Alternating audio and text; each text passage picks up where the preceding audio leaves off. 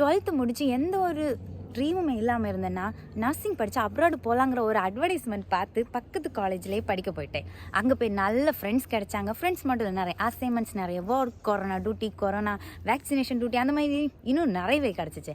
அதுக்கப்புறமா எப்படியும் முடிக்கிற சமயம் எங்களுக்கு ஜெர்மன் லாங்குவேஜ் படிக்கிறதுக்கான ஒரு ஆப்பர்ச்சுனிட்டிஸ் வந்துச்சு. ஃபர்ஸ்ட் பேட்சாக ஜாயின் பண்ணோம், நானும் என் ஃப்ரெண்ட்ஸும். அப்புறம் வேறு 25க்கு மேலே பிள்ளைங்க உண்டு. எல்லாருமே ஜாயின் பண்ணி 8 மந்த்ஸ் கோர்ஸ்ன்னு சொன்னாங்க. ஆனால் அப்போ வரைக்கும் நாங்கள் A1 A2 B1 தான் பாஸ் ஆனோம்.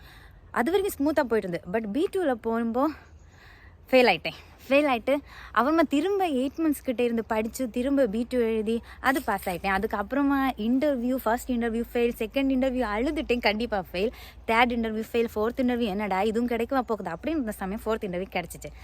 அப்புறம் விசா ப்ராசஸ் அப்ளிகேஷன் பண்ணிட்டேன். அதுக்கு முன்னாடி வரைக்கும் எல்லாருமே கேட்டிருப்பாங்க, இன்னும் நீ போகலையே, இன்னும் படிச்சுட்டே இருக்கியா, 2 வருஷம் ஆக போகுது, உனக்கு எக்ஸ்பீரியன்ஸே இல்லை, இனி அங்கே போய் என்ன பண்ண போகிறேன், எவ்வளோ கொஸ்டின்ஸ். பட் எல்லாமே இந்த காலில் வாங்கி அந்த காலில் விட்டுட்டு இருந்தேன்.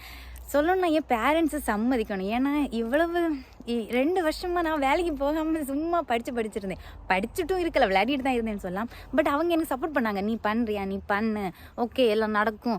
அவங்க எப்போ போகும் அந்த மாதிரி அவங்க என்னை ப்ரெஷர் பண்ணதே கிடையாது. எனக்கு ரொம்ப சப்போர்ட் பண்ணாங்க. ரொம்ப லேட் ஆனாலும் எனக்கு அந்த ப்ராசஸ் எல்லாமே நான் லேட் ஆனாலும் பட் எல்லாமே நல்லாவே நடந்துச்சு. கண்டிப்பாக நான் இதுக்கு கடவுளுக்கு தேங்க்யூ சொல்லணும். ஏன்னா அவர் என்னோட இங்கே பக்கத்தில் தான் இருக்கார். அந்த மாதிரி எப்போவுமே நான் ஃபீல் பண்ணுவேன். நானும் இப்போ சக்ஸஸ் ஆகிட்டேன், அந்த மாதிரி நான் சொல்ல வரல. நான் இப்போ தான் ஸ்டார்ட் பண்ணியிருக்கேன்.